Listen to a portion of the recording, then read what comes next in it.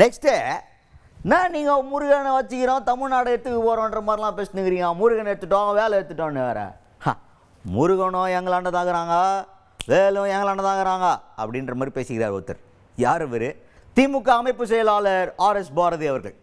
அவர் இந்த மேடை பேசும்போதெல்லாம் தொண்டர்களுக்கு உத்வேகம் ஏற்படுத்தக்கூடிய பல கருத்துக்களை பேசுவார். அவர் பேசுகிற கருத்துக்கள் சில நேரத்தில் வந்துட்டு என்னப்பா இந்த கட்சி கூட்டத்தில் இப்படி இல்லாமல் பேசுவாங்க அப்படின்னு கேட்குற அளவுக்கு பலவான கருத்துலாம் இருக்கும். அந்த மாதிரி ஒரு கருத்தா அப்படின்னு சொல்லிட்டு ஒரு பேசுகிற ஒரு பேச்சை கேட்டோம்.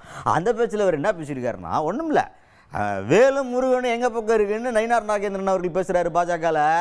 ஆனால் உண்மையிலேயே வேலும் முருகனும் எங்கள் டீமில் தான் இருக்காங்க, அப்போ முருகனும் எங்கள் பக்கம் தான் அப்படின்ற மாதிரி ஒன்று பேசியிருக்காரு.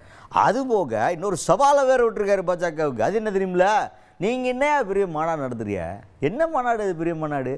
முருகன் யார் பக்கம் இருக்காருன்றதை காட்டுறதுக்கு நாங்கள் ஒன்று நடத்தவா? திருச்செந்தூர் முருகனுக்கு சேகர் பாபு அவர்கள் ஒரு சம்பவம் பண்ணுறதுக்கு ரெடி ஆகிட்டு இருக்காரு.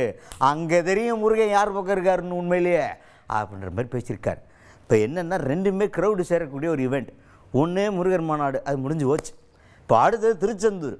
பக்தி முத்தி போச்சுன்னா நம்ம ஆளுங்க எப்படி பர்ஃபார்ம் பண்ணுவாங்க நமக்கே தெரியும். அதனால் இதை வந்து கவர்மெண்ட்டு கரெக்டாக ஹேண்டில் பண்ணணும் அப்படின்னு எதிர்பார்த்துக்கிட்டு இருக்கோம். இப்போ இது தொடர்பாக RS பாரதி அவர்கள் என்ன பேசியிருக்காரு அப்படின்றத கேளுங்க.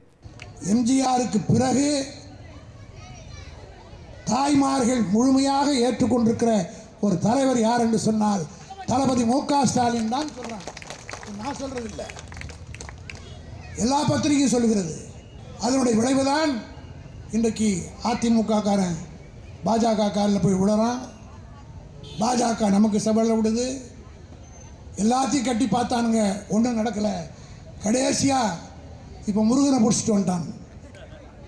நான் கூட ஒரு கூட்டத்தில் நேற்றைய முந்தின பேசுகிற போது சொன்னேன், ஞாயிற்றுக்கிழமை கூட்டம் நடந்தது. முருகர் கூட்டம் பெருசாக இருக்க, பெரிய கூட்டம். வேலும் அந்த பிஜேபி தலைவர் நயினார் நாகேந்திரன் சொன்னார், வேலும் முருகனையும் வைத்து 26 தேர்தலில் நாங்கள் ஆட்சியை பிடிப்போம்னா. நான் ஒரே வரியில் பதில் சொன்னேன், வேலும் முருகனை எங்கிட்ட மந்திரியாகவே இருக்காங்க. வேலு என்கிட்ட மந்திரியாக இருக்கார், துரைமுருகன் மந்திரியாக இருக்கார், இந்த கட்சிக்கு பொய்ச்சாளரே முருகன் தான்.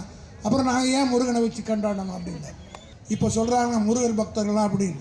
இந்த கூட்டத்தில் நான் சொல்லிவிட்டு போகிறேன், நீங்கள் மதுரையில் நடத்துனீங்கல்ல, இப்போ எங்கள் சேகர் பாபு 7ஆம் தேதிக்கு திருச்செந்தூரில் கும்பாபிஷேகம் நடத்த போகிறார். திருச்செந்தூர் முருகன் எங்கள் பக்கம்தான் இருக்கிறார் என்பதை அன்னைக்கு நாங்கள் காட்டுறோமா?